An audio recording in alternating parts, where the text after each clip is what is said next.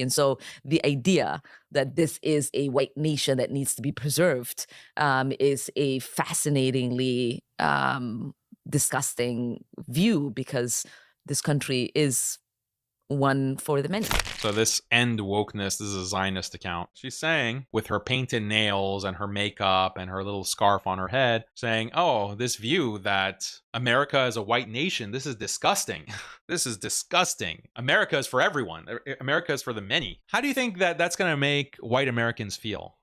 How do you think that that makes them feel? You're not born in America. You're coming from a different country. You're going to tell the people of that country that the country is not for you. It's actually for me. It's for me and whoever wants it. Like, I don't understand how anyone can think of Ilhan Omar as some kind of like smart politician or someone who's going to really help the Muslim cause or going to help Muslims. All she has done her entire political career is generate maximum animosity for Muslims.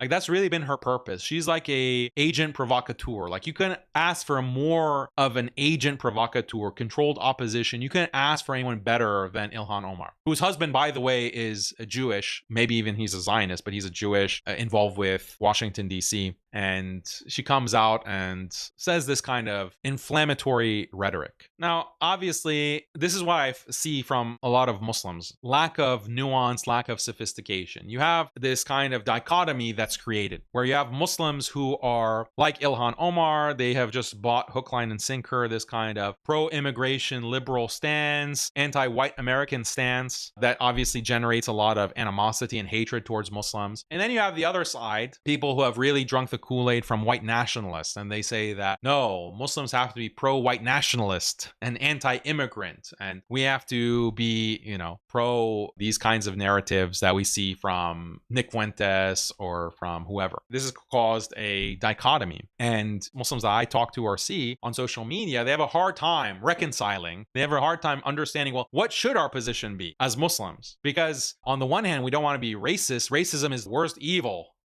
And we have to be pro-immigrant because many of us are from immigrant families. While on the other side, we recognize the kind of white nationalist argument, especially because these white nationalists are so anti-Jewish power, anti-Israel. So we recognize that and we're sympathetic to that. So clearly we have to be in that camp. And when the whites are saying that they're being genocided and they're being erased, then clearly we're sympathetic to that. So where do we stand? Like, what should our position be? It's not that complicated. Like, can we evaluate positions outside of what other people say that is correct? Outside of other people's framework for understanding the world? Can we develop our own framework? Apparently not, because we don't have the institutions to do that.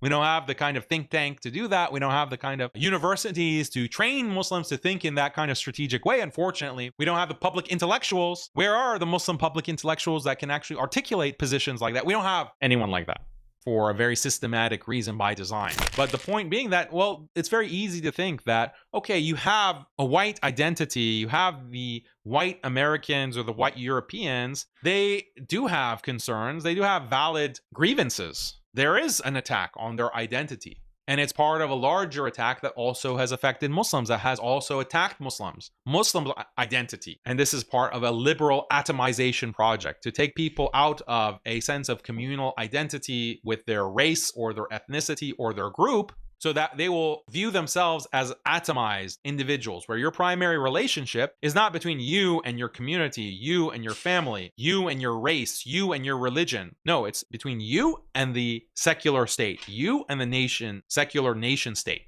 Why? So that the nation state can better control you as an atom, as a cog in their machine. If you have loyalty to your race or you have loyalty to your religion, that complicates it, or that will cause conflict where the priorities of your race or your religion are above the priorities of the nation state, the secular elite who want to control you. So this is the atomization project, the liberalization project that has been conducted for over 200 years since the Enlightenment. Since the 18th and 19th century, this is the project that has been pushed out from Western Europe. So we can recognize that that's the case, that whites are also a victim of this. But we also recognize other historical factors.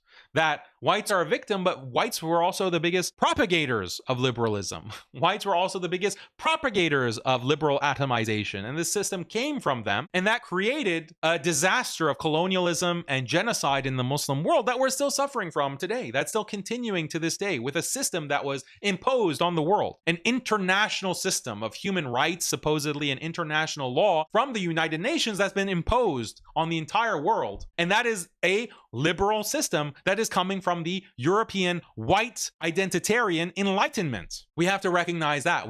That's something that we also should be sympathetic to. That's something that Ilhan Omar, perhaps that's in the back of her mind as a decolonial critique, but there is also some validity to that. So acknowledging those things allows you to be able to communicate in a way that is not creating alienation or anger or inaccuracy, falsehood. I've had debates with white nationalists, and those white nationalists always have trouble debating me because they expect a Muslim to be a libtard, to be like Ilhan Omar, and to just say, oh, you want to preserve your race, that's racist, you're a Nazi. Like, that's what they expect. But I'm able to contextualize what is an erasure of white identity and relate it to an erasure of Muslim identity or Chinese identity or Latino identity. Then also bring in the historical facts. Like, well, there is this entire system that has been built, and that is a problem. That's the Muslim perspective. Can you empathize? Can you sympathize with the Muslim perspective that immigration to the West from Muslims is a response to a massive injustice that has been committed by whites? And even if you personally, as a white US citizen in 2025, did not contribute to that and do not approve of it, that doesn't change the reality of that system that still is in operation. So let's work together to think of a solution. Like, that's the kind of strategic thinking, that's the kind of dialogue, dialectic that we can have